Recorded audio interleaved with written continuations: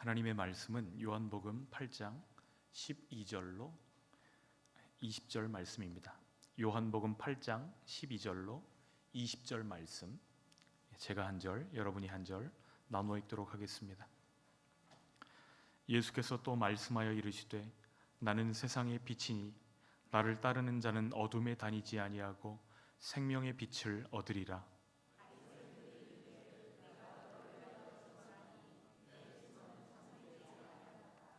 예수께서 대답하여 이르시되 내가 나를 위하여 증언하여도 내 증언이 참되니 나는 내가 어디서 오며 어디로 가는 것을 알거니와 너희는 내가 어디서 오며 어디로 가는 것을 알지 못하느니라.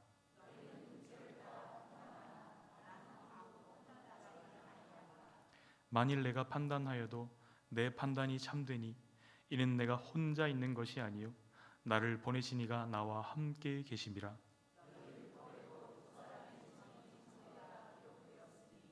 내가 나를 위하여 증언하는 자가 되고 나를 보내신 아버지도 나를 위하여 증언하시느니라.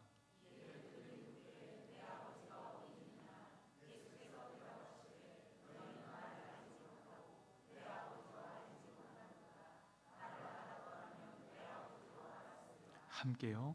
이 말씀은 성전에서 가르치실 때에 헌금함 앞에서 하셨으나 잡는 사람이 없으니 이는 그의 때가 아직 이르지 아니하였음이러라. 아멘. 오늘은 세상의 빛이신 예수님이라는 제목으로 하나님 말씀을 나누고자 합니다. 주님께 우리의 마음을 여시기를 부탁드립니다. 아주 조금만 열어도 주님은 우리의 마음 구석구석을 비춰주실 것입니다. 정신과 의사인 빅터 프랭클이 이런 말을 하였습니다. 희망은 비록 그것이 착각일지라도 인간을 살아있게 합니다. 이런 이야기를 하였습니다. 희망이 얼마나 중요한 것인지를 임상을 통해서 발견한 것이죠. 그런데 이 빅터 프랭클이 1942년 9월 25일에 그와 그의 온 가족이 나치가 운영하는 아우슈비츠 수용소에 수감되게 됩니다. 1945년 4월 27일까지 3년 동안 수용소 안에서 지내면서 어떻게 그 시간을 견뎠을까? 이것을 이제 책에다가 기록을 한 것이죠. 사람들을 관찰합니다. 사람들이 마음속에서 희망을 포기하기 시작하면 반드시 얼마 못 가서 병으로 죽든지 아니면 가스실로 끌려가는 모습들을 보았습니다. 그러면서 생각하는 것이죠. 희망을 잃어버리는 것은 미래를 잃어버리는 것이구나. 이것을 깨닫습니다. 정신의 장악력이 희망인데 정신이 흐트러지면 몸과 마음도 연약해지고 결국 그들은 가스실로 보내진다는 것을 깨닫고 나서 이 빅터 프랭클이 바닥에서 깨진 유리 조각 하나를 줍습니다. 그리고 정성껏 갈아요. 그래서 매일 아침 이 깨진 유리 조각으로 면도를 하기 시작합니다. 매일매일 면도를 해요. 살아서 가족들을 다시 보리라는 소원 하나로 다른 독일 그 군인들이 자기를 봤을 때 건강하게 보이도록 면도를 한 것이었습니다. 희망의 불씨가 꺼지지 않도록 매일 아침 자신을 다그치는 것이죠. 어두운 삶의 자리에서도 희망을 잃지 않는 사람들이 있습니다. 같은 밤하늘을 보아도 어떤 사람은 별을 보는 사람들이 있습니다.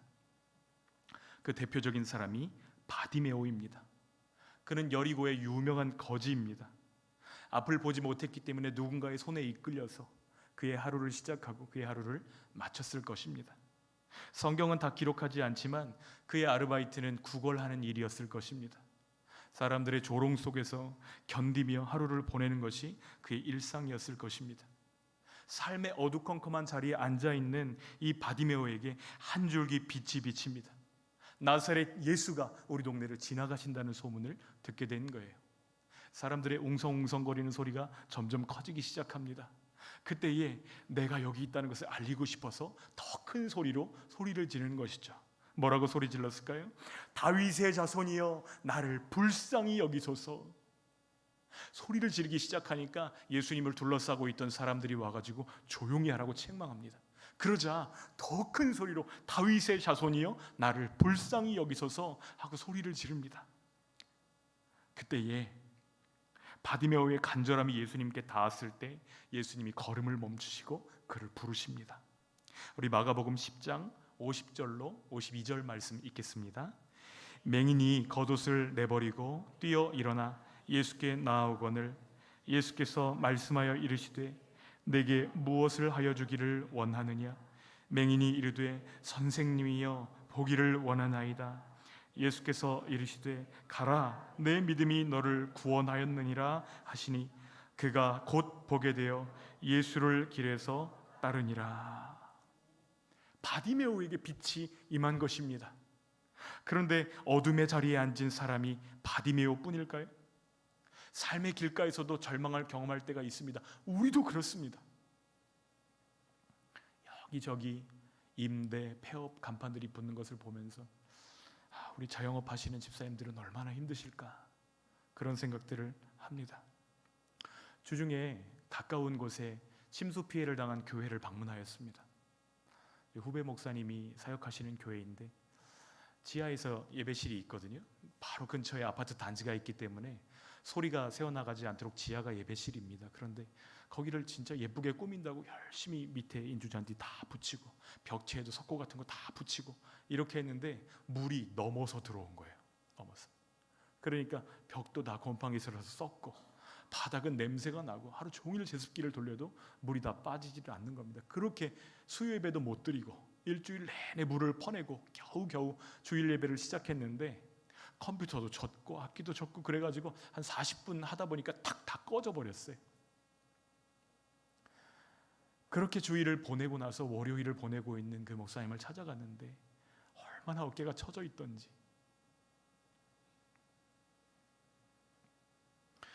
여러분, 우리가 삶의 절망을 만났을 때 우리가 할 수 있는 일들은 두 가지입니다.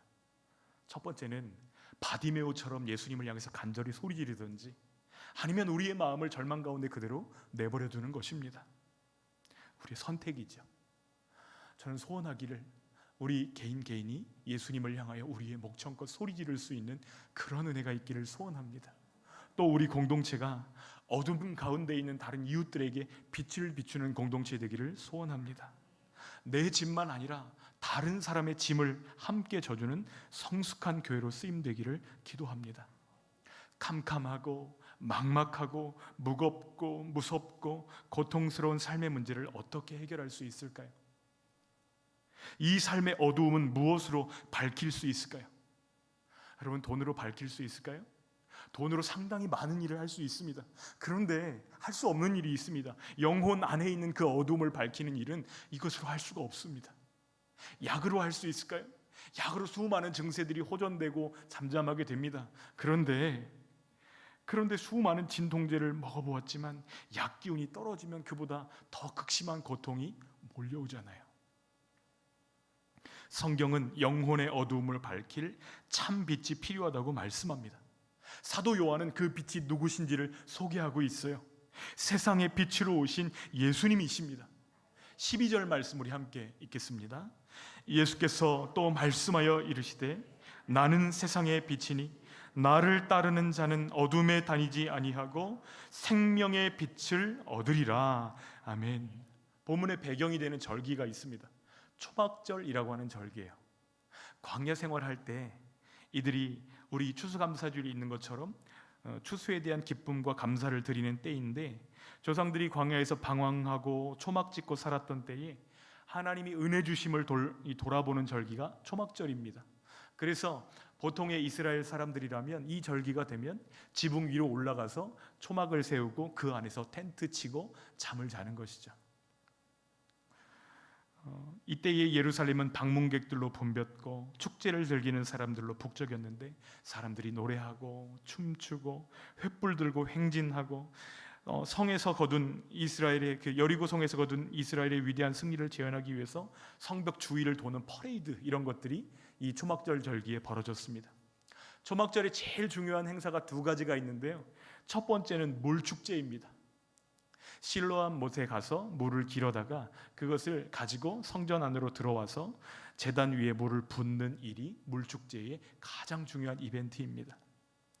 왜 이 일을 했냐면 광야를 지날 때 반석에서 물이 터져서 우리의 목마름을 해결해 주신 그 하나님의 은혜를 기억하기 위한 게 첫 번째 이유이고요. 초막절이 지나고 나면 보리를 파종해야 되는데 그때 하나님 비를 내려주세요 하는 기도의 의미로 이 물을 붓는 행사가 있었습니다. 두 번째 축제는 무슨 축제이냐면 빛 축제입니다. 등놀이라고도 부르죠.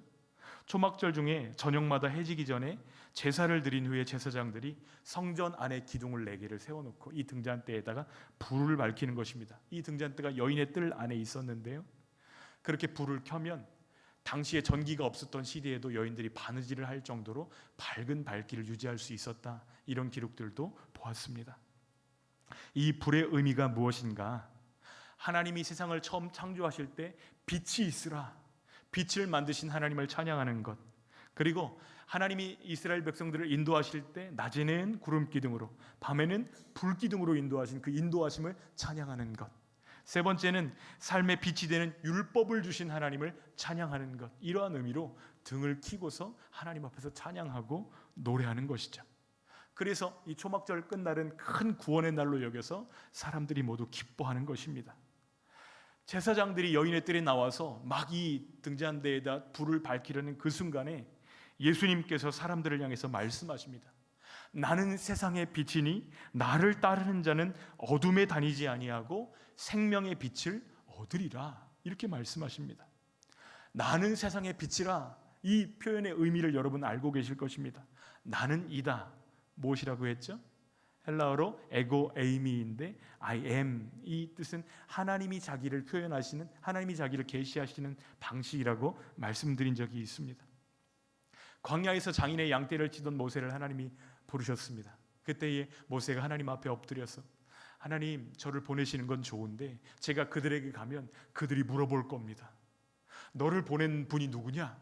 그럼 제가 뭐라고 대답해야 될까요? 그때에 하나님께서 나는 여호와니라, 나는 스스로 있는 자니라, I am, 이렇게 말씀하셨기 때문에 여러분, 이 표현은 하나님을 기억하게 하는 표현인 것이죠. 나는 세상의 빛이다, 이것이 스스로 있는 자이다, 다른 의미가 아니라는 것입니다.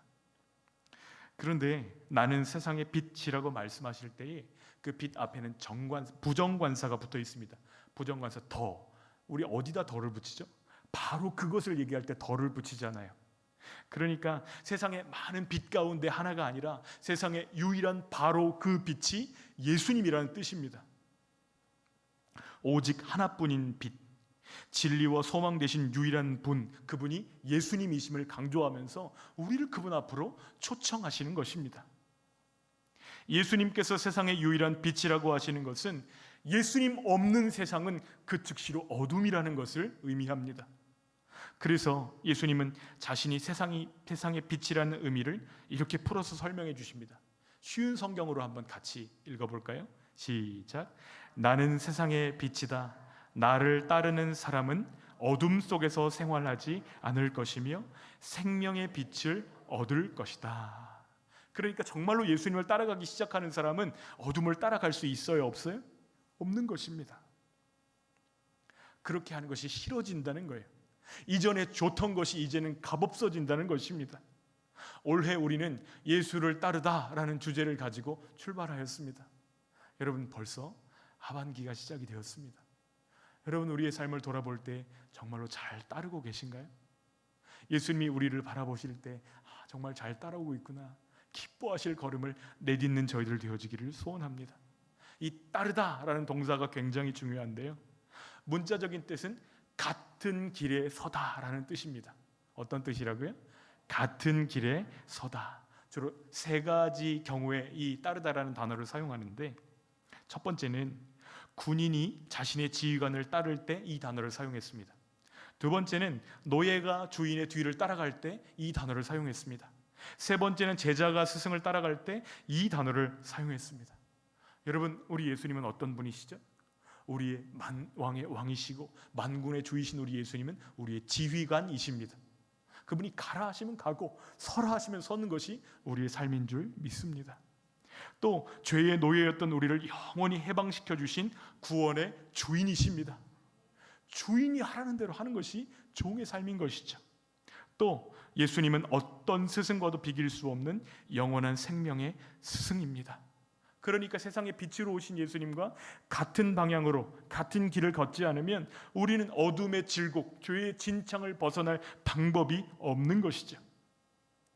그러나 빛으로 오신 예수님을 거부하고 따르지 않던 사람들이 있습니다.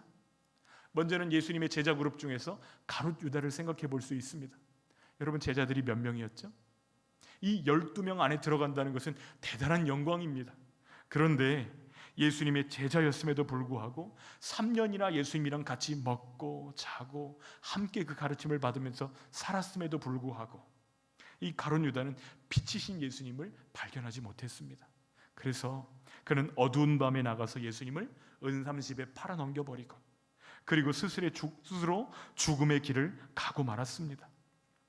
여러분, 어떻게 해야 되죠? 오직 빛 대신 예수님을 따라갈 때에 어둠은 어둠 되지 못하고 생명의 길을 밝히면서 올바른 분별의 삶을 살아갈 수 있는 것입니다. 두 번째로는 지금 본문 안에서 예수님을 둘러싸고 있는 바리새인들을 볼 수 있습니다. 나는 세상의 빛이다 이렇게 선언하신 예수님의 말씀에 대해서 바리새인들의 반응이 13절에 나와 있습니다. 함께 읽겠습니다. 바리새인들이 이르되 네가 너를 위하여 증언하니 네 증언은 참되지 아니하도다.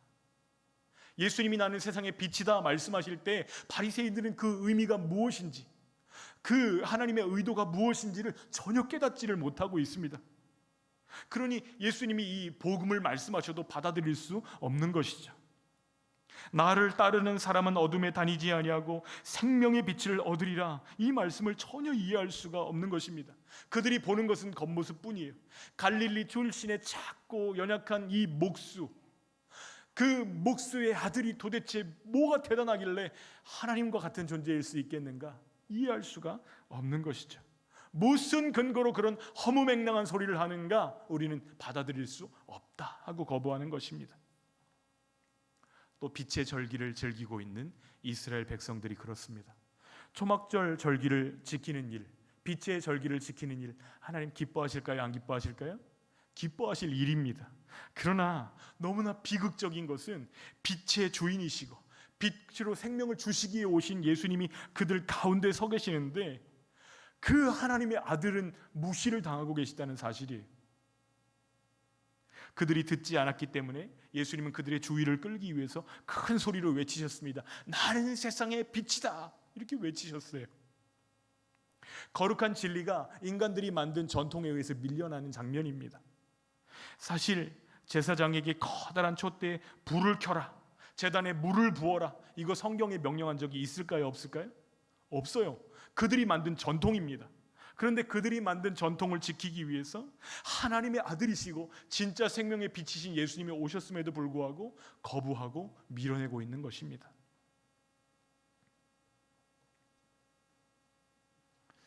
그들이 아무리 초막절을 여러 번 지킨다 하여도 그들의 생각과 마음을 주께로 향하지 않는다면, 주님을 경험하지 못한다면 그러한 전통은 전통에 불과할 뿐 우리 내면의 어두움을 걷어내는 데는 아무짝에도 쓸모가 없다는 것입니다.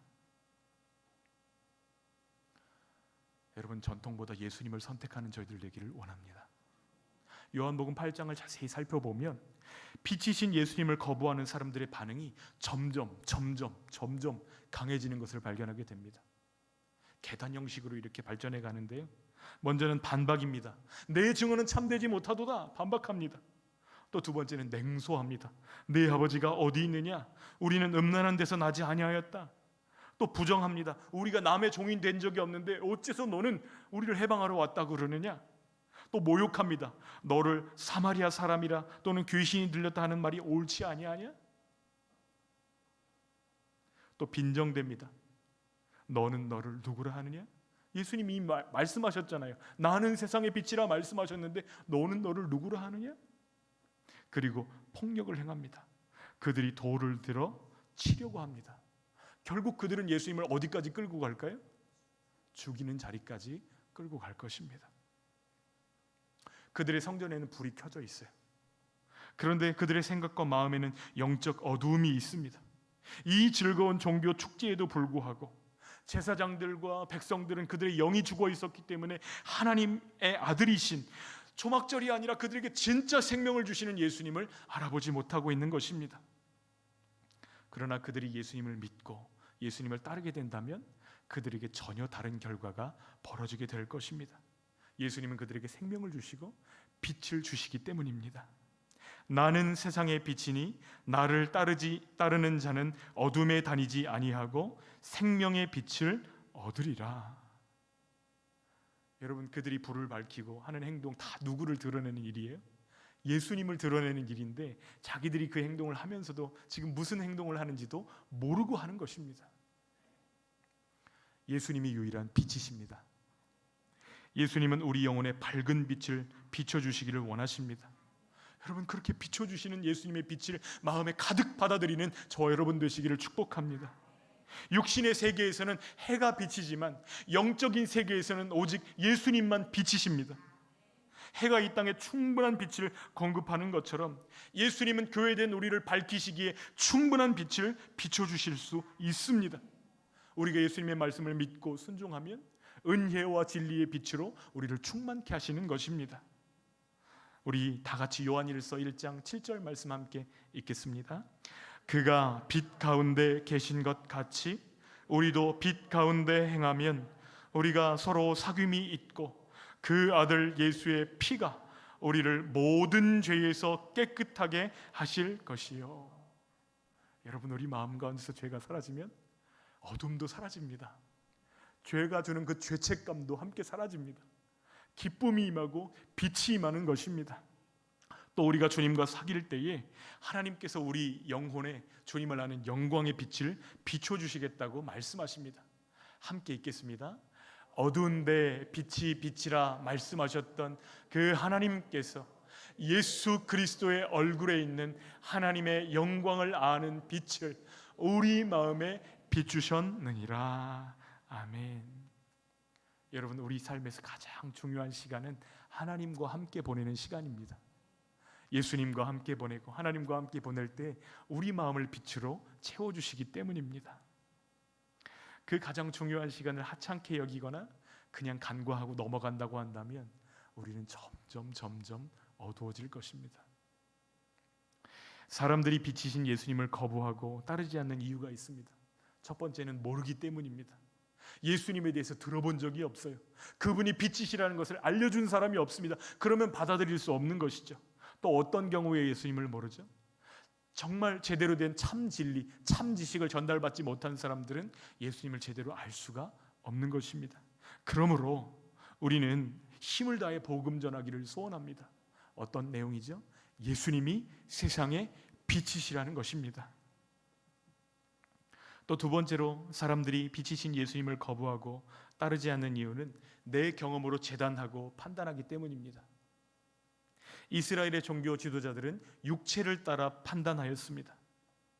자연적이고 물리적인 자신의 경험을 따라 분별했기 때문에 그들은 영적인 진리를 전혀 보지 못하고 있습니다.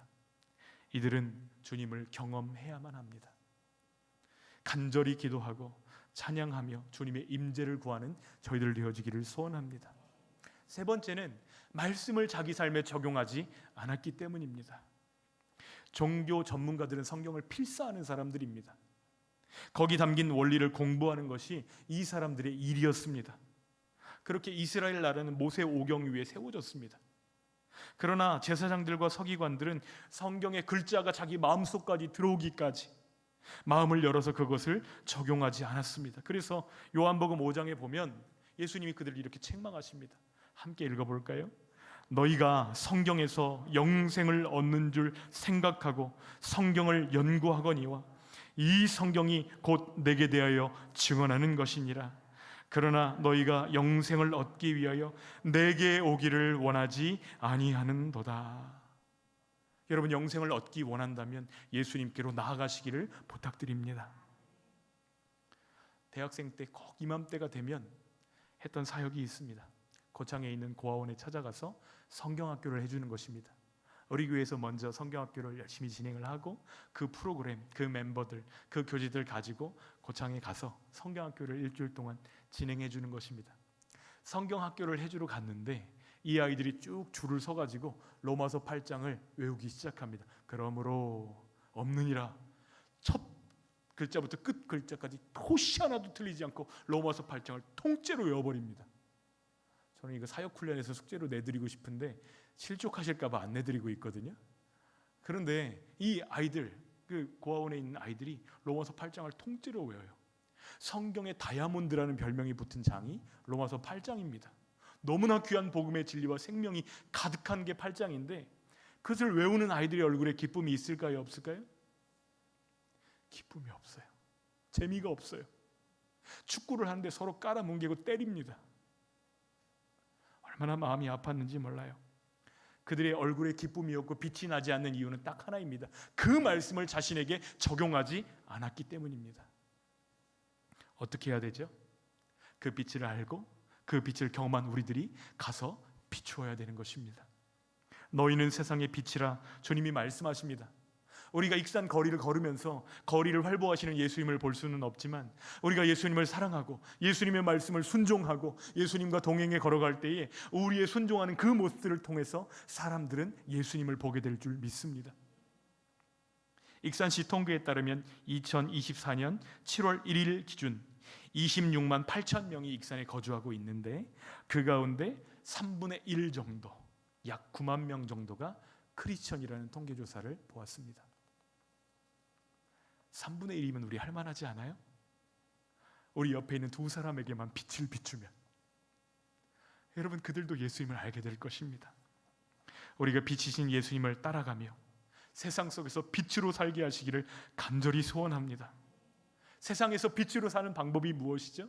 마태복음 5장 16절에 이렇게 말씀하십니다. 함께 읽습니다. 그들로 너희 착한 행실을 보고 하늘에 계신 너희 아버지께 영광을 돌리게 하라. 또 에베소서 5장 8절도 읽겠습니다. 너희가 전에는 어둠이더니 이제는 주 안에서 빛이라. 빛의 자녀들처럼 행하라. 아멘. 하나님이 우리를 부르시고 심으신 그곳에서 예수님의 빛을 발하는 저와 여러분 되시기를 축복합니다. 외로운 사람들을 만나서 손을 잡아주고 낙심한 사람들을 만나서 위로해주고 배고픈 자들을 먹이고 어린아이들을 가르치고 곤경에 처한 자들을 돕고 낙심한 자들의 손을 잡아주는 저희들 되기를 소원합니다. 우리가 다 책임질 수는 없어요. 그러나 한 번에 한 사람씩 사랑할 때에 주께서 그들의 마음을 우리를 통해서 만지시고 일으키실 것입니다. 우리가 그들을 사랑할 때 예수님이 우리 사랑하신 것처럼 그 사랑이 우리 안에서 재현될 때 세상이 빛이신 예수님을 보게 될 줄 믿습니다.